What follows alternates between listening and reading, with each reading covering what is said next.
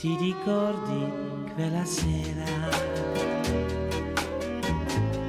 che per gioco tu baciai?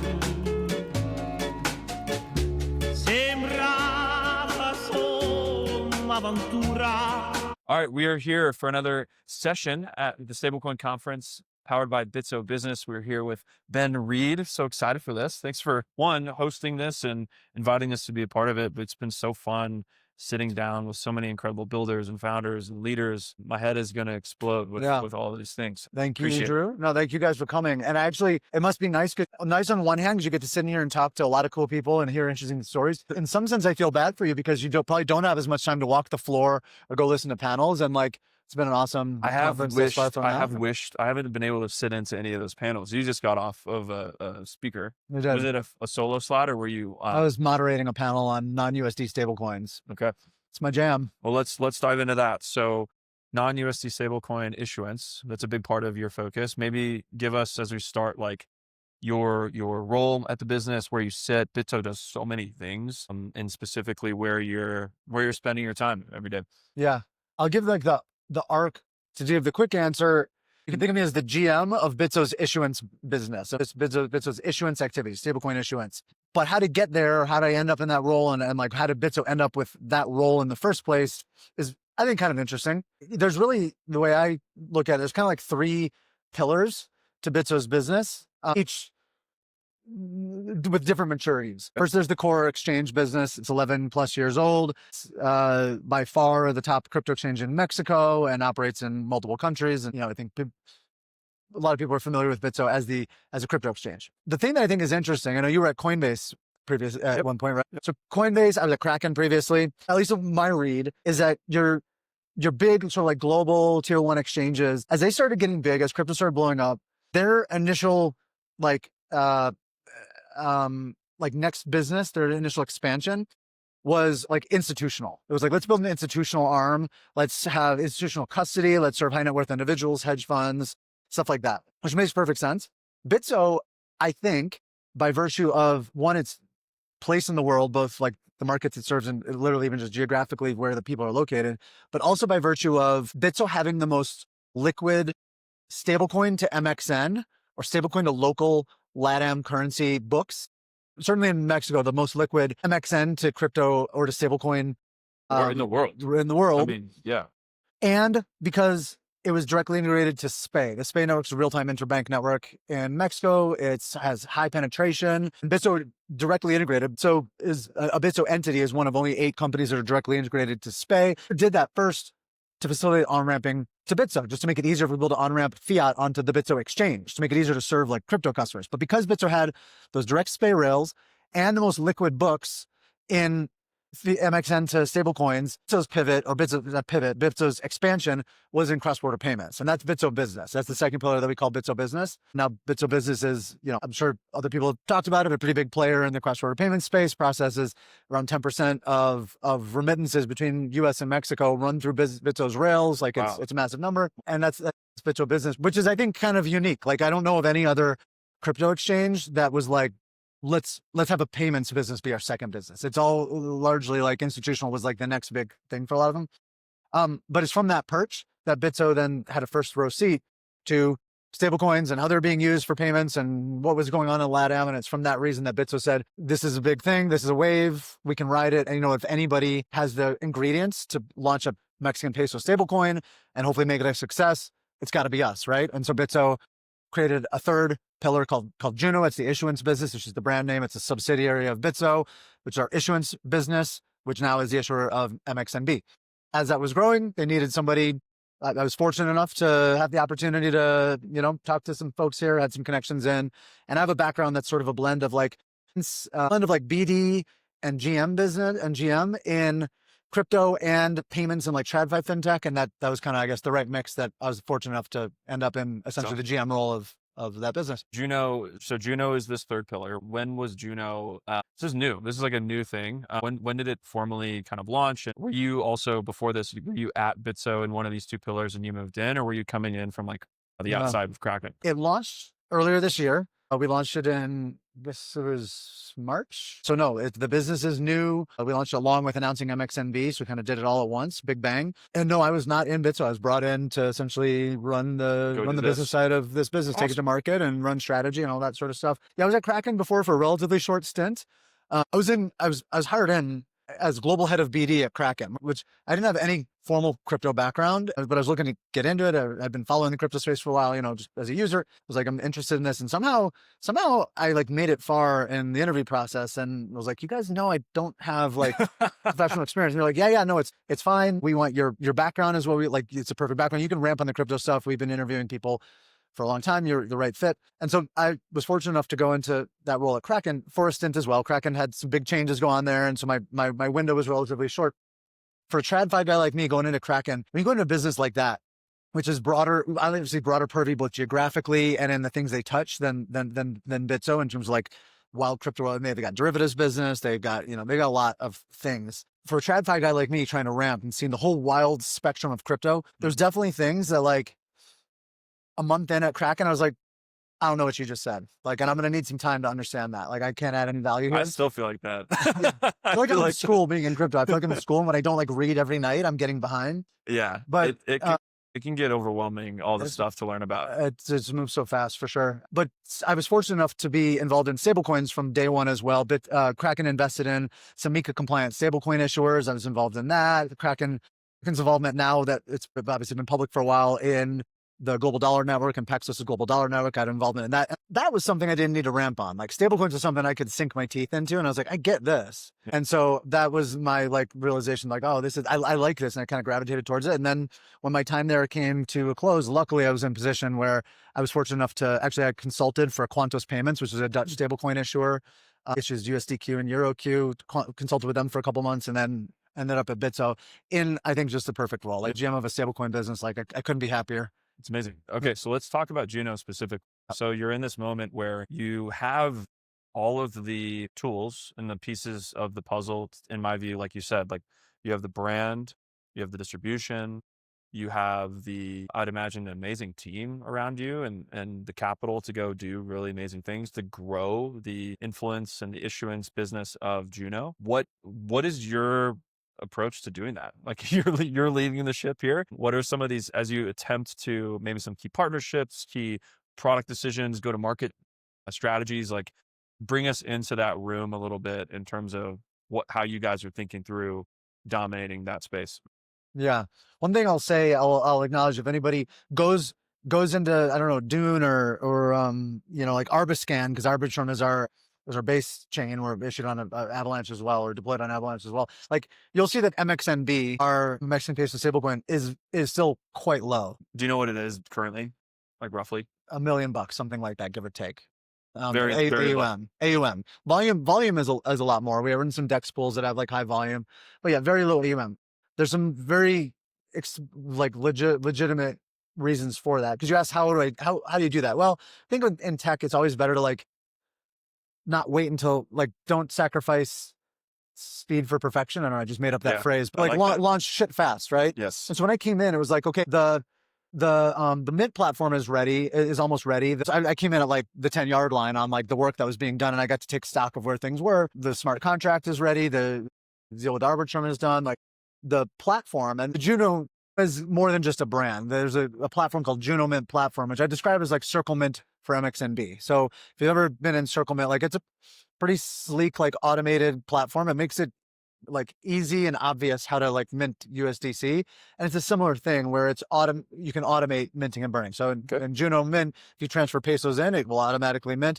It's not like some stable coins, there's anything particularly wrong with this, but are like, you want to mint, fill out this Google form. And like, if it's between these hours and somebody's available, like they'll get back to you and they'll send you the instructions on where to send the money. And then they'll communicate with you in this Telegram channel and we'll figure out what wallet to send. Like actually, that's actually what it takes sometimes. But yeah, that's crazy. It doesn't seem very modern. No, but it's where they get going. But right now you can this platform is not. This platform is slick and automated and whatnot. So that was ready. Yep. The token was ready. But all you could do is mint with MXN and burn it back into MXN on Arbitrum. And I made the decision, like, better to ship fast and just go and we'll learn. We knew that it was like, what did it not have? It did not have an exchange listing, even on Bitso. It did not have the ability to convert MXNB into any other token. There's nowhere then, like, there's no exchange listing. There's also no DEXs, and there's no way within the Juno platform at the time to be able to convert it. So really limited functionality. Still made the decision better to just launch it.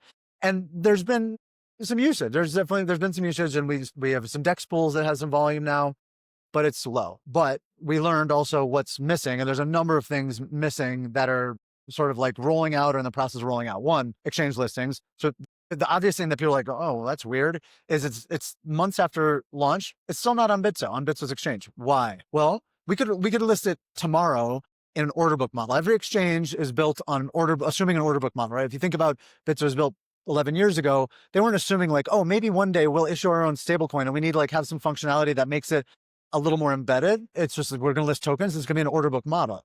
So we could do that, but because MXN is the core currency on Bitso's most liquid books, if we listed it, we would be listing our own token on our own exchange in an MXN, MXNB book with a spread. And that means our users using our own token on our own exchange would on-ramp X amount of MXN, and they'd be holding less than X amount of MXNB, even if it's small. And that's not an experience we want. Yeah. So we're building it in essentially the USDC Coinbase like experience where it will be interchangeable. And that just is something that takes a little bit longer because that's not native functionality to an exchange. So that's a very, I think, rational reason that I'm very anxious to get it out, but you'll see that. That's like one thing. Did you know at the 10-yard line that complexity existed, or have you realized like as you've gone down the field, like, oh wow, these things are like really interesting challenges that just need to be solved for? Because you're right, like you're not going to use it would be a terrible incentive system if that was the case.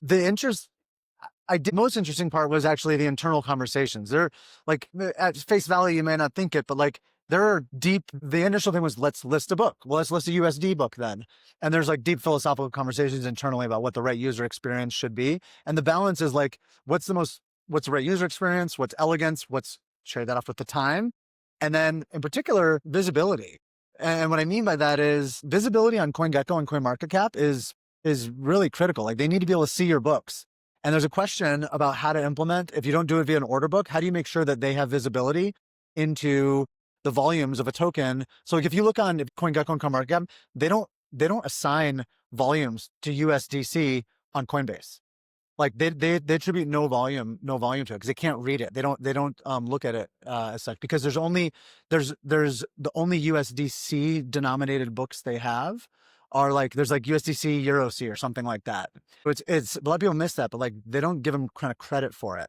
And so if you list it this way, so we have some ideas, I won't get in the technical details. We have some ways that we will get around that, but like there's a bunch of philosophical and technical complexities around not doing it via an order book that we had to address. But there's a lot of internal. Yeah. We've talked when we were at Stablecon together at dinner. I remembered you just talking about the data, the research, like that space specifically, and how you guys are trying to really showcase what's going on behind the scenes. You guys have participated in some of these awesome research reports. Artemis report. Yeah. Like, I think for us at Stabledash, like that's a really, really core priority. Like how can we help early issuers and stablecoins really tell that story, the data behind that story well? So we can talk more about that. It's an interesting problem because like you maybe talked a little bit about the difference between volumes versus like market cap size, and like, yeah, because that's interesting too. This was a question that was asked on my panel that I just had here. My panel was about non-USD stablecoins. And this came from, when you do a panel, you chat with the panelists before and you talk about ideas and stuff, right? Like, and this is something that came up a lot in the panel. There's other LATAM stablecoin issuers on there. There's Dave from Etherfuse and William from Inteo, Tomas from BRL1, and then Raj from Monad. What a baller It was a great panel. That's great. And there was definitely a sense that like, if you take, like people are very AUM fixated when they look at dollar stable coins. And some of that's just because it's big numbers and it's easy to understand. And some of that probably is also because they just do the profitability math. It's just like tether profit. Like, yeah. And that's obviously driven by AUM. There's a notion of like, is that the right yardstick to measure all stable coins by? Obviously, like if your business model is for making money, if it scales with AUM, then yes, it's important. You can't ignore it. But outside of like, are they making money or not? The more of the like, does this stable coin have utility and how should we judge it? The sense there was very much that you're missing it if you just judge it on what's the AUM of your non-dollar stable coin. And I mean, I can attest to it. You can definitely have, like FX is moving on chain and you're seeing evidence of this in some DEX pools. Like there's a lot of DEX pools that'll pair stablecoins against one another. And I think these are early. Sure, a lot of it's DEX routing and stuff, but there is real volume of people hedging risk and doing basically on-chain versions of FX through those pools. And you can have a small amount of, in those pools, you can have a relatively small amount of tokens that does a lot of volume and is having real utility, but like, oh, there's only like $50,000 worth of, tokens in that pool or something. And so you miss it if you just looked at it on AUM alone. Yeah. If you could build a dashboard, a data dashboard for Juno and the stablecoin itself, what data would you pick? Like, what would be the most important, and how you guys are measuring success internally? And you're like, hey, we're doing great. It sounds like it's not just AUM. There are other things. For sure. I mean, TPV, total payment volume, has been like a controversial one in our world, in that it's important to watch, but in terms of a key like KPI, we've talked a lot about this. Like, what is our North Star KPI? And I've made the decision that today it's not TPV. And the reason is partially because... What's controversial? Just so I understand what you mean. Well, I just mean like internally, there's a lot of different viewpoints about whether, so like TPV can be muddled largely because of DEX pools. There's some volume on DEXs that are just DEX routing, meaning this volume is going through your token because it's the most efficient route between hopping pools, right? These DEX routers will go from one token to another and they'll go through pools. And so they might go through a token in the middle that gets volume, but like somebody wasn't actively trying to trade that token. It's hard to parse that out, but you can. There's some of that on Dune where we've sort of like made our own Dune dashboards. You parse that out. To me, the most important right now as an early stage issuance is actually like active wallets or active clients, just like number of active individual users who have done something meaningful with the token. So the things we look at right now, in particular, because we're still largely driven by like our mint burn relationships. These are businesses that have KYB'd, they have access to the Juno Mint platform, and they're minting and burning with MXN. It's just how many of them do we have who have done that and minted some like meaningfully, it doesn't have to be $1 billion, but like some meaningful, like real money amount of, I think we have 100,000 pesos. So it's a few thousand dollars. What's that, $5,000, give or take? You have to mint or burn, net mint and burn at least $5,000 worth. Like that's what we look at. And that's to me the key KPI, because I think that's like people are using it, right? So, yeah. And then from there we go and like, the ultimate North Star AUM has to be AUM for any stablecoin that monetizes on AUM. I think you have skewed incentives. If right now you said, okay, our goal for this year is to maximize TPV, you're like, okay, great, let's just go do a bunch of DEX pools and like get a bunch of maybe empty calorie volume. I'm not saying that those are bad. I think DEX pools are great, and we're actively trying to get volume in them as one element in a broader strategy, including centralized exchange pools, including partnerships with liquidity providers and so on. But by themselves, they can be a little misleading. Yeah. If I have a dollar and I give you $1 and we just kind of like give it back and forth, it's like exactly. The pie isn't growing, but like it's an important thing to track, because it's in many ways the utility, the functionality, the use of this thing is a big part of it growing, and being more mindful of the data is really important, I think. And I don't want to say that what you just described, like us passing it back, that's actually, you could make a case that is foundationally important to track, because one of the core reasons for like why does money need to go on chain? It's because the rails are so seamless and so instant. So like if people are taking advantage of that and that's real, then you should see money seamlessly moving very fast back and forth. So like it is a very important metric. It's in my mind as the growth of a stablecoin. It's just, when is that the important metric to optimize for? Yeah. And it's also tracking that is also important from a transparency standpoint, because you could go find some high net worth individual or massive company and just like they go mint some big number, but it's just sitting there. There's one or two customers. If you just look at the number like that, it might look like an eyebrows are going up, but it's like you're missing the context of the exchange and the meaning of exchange there. Right. Maybe talk, that panel sounded great. Talk a little bit about the other external parties that you guys are partnering with. Like, I know BRL1 was on your mind. Give us some of these other players in the world that you guys are thinking through.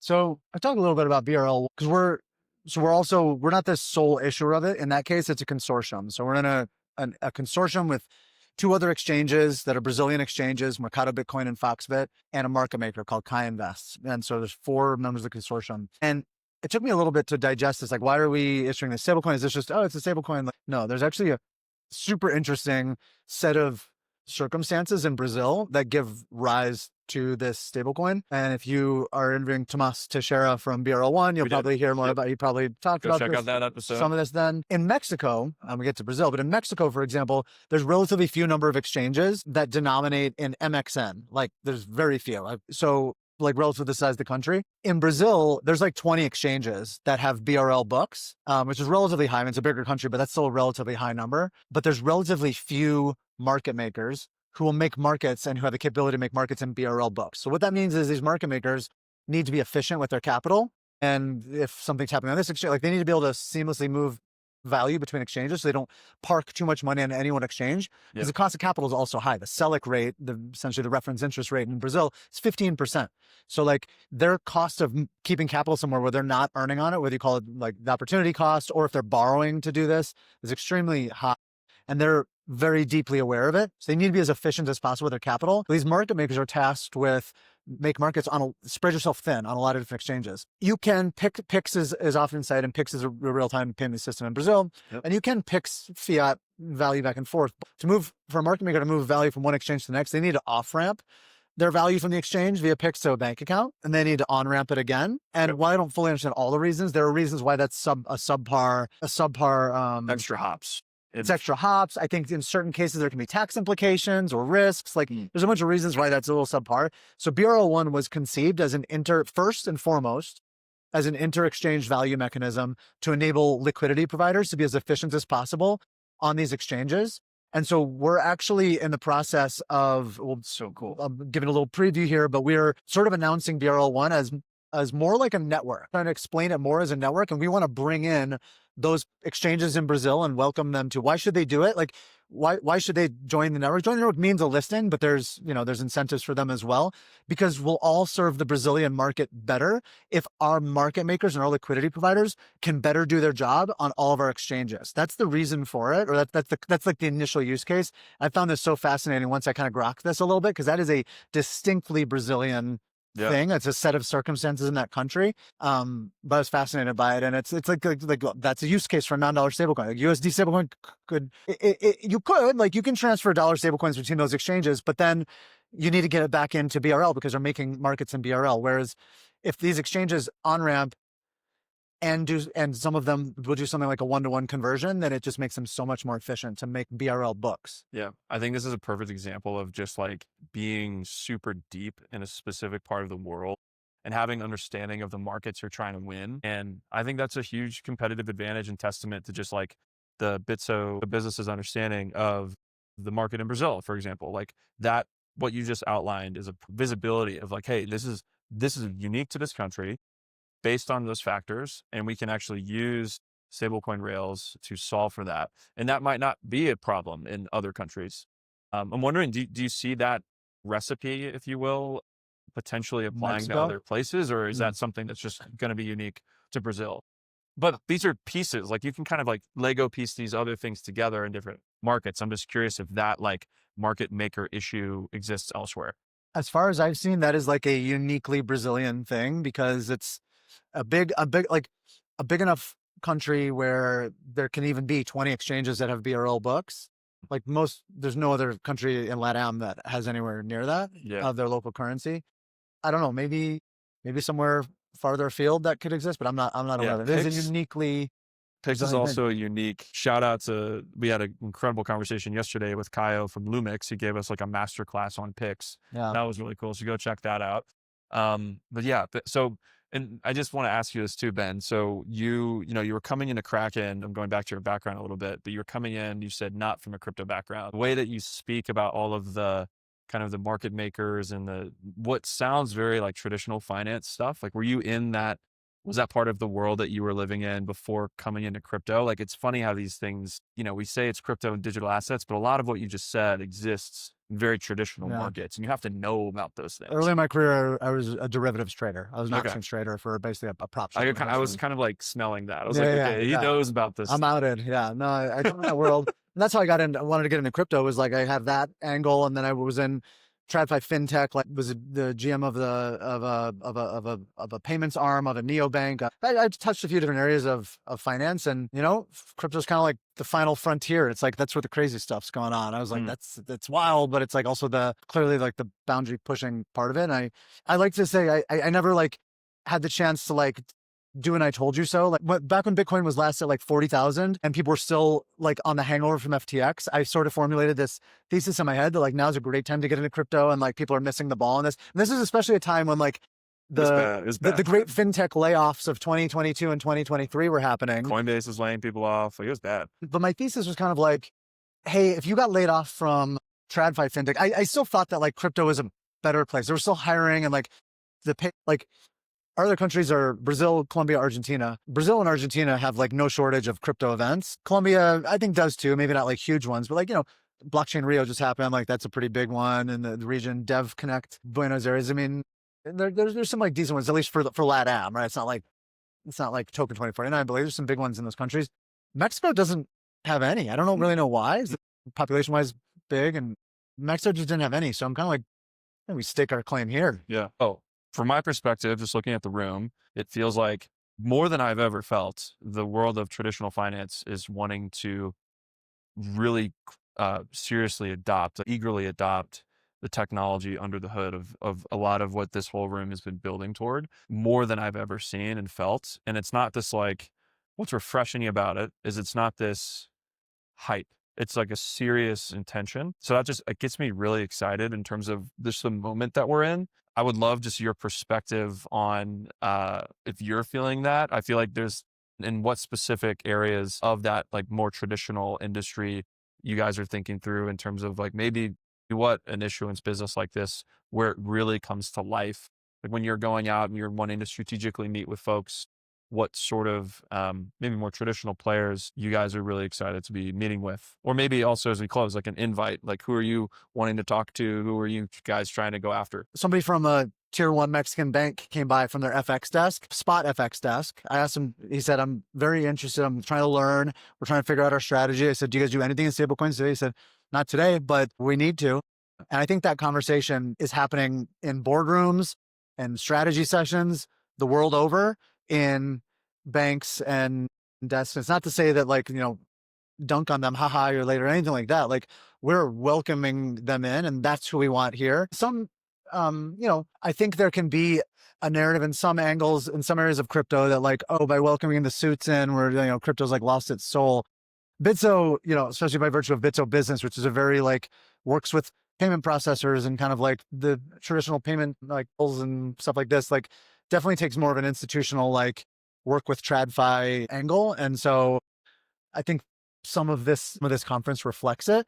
For me, like, I'm not sure candidly what the use case of like a Peso stablecoin, for example, in purely DeFi use cases is, except for like rewards and yield. And like that only scales with how much the rewards are, and it goes away just as quick. I haven't seen otherwise yet. I want to be convinced otherwise, but a Peso on chain is very valuable to a TradFi, cross-border finance player, somebody settling. You talk to Nick from Zodia, and he talks very eloquently about wholesale finance use cases. Wholesale finance use cases need the G20 currencies on chain so they can have atomic settlement for big. And he talks about like buying an oil tanker and all the things that go into a tank of oil that gets transferred in an oil tanker. Like the complexities that come with that, of the settlement risk of like you're paying $50 million. How did that get escrowed? What happens if the ship, like when the ship gets stuck in port and all this stuff? And you hear about how crypto rails can help it.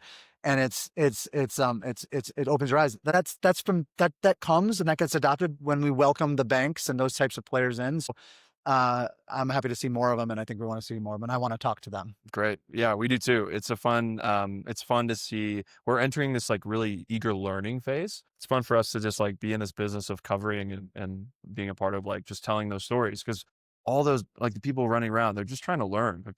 I don't think the majority of, at least like these very significant banks, like some of them are going to go do these big PR hits and they're like announcing they're doing this.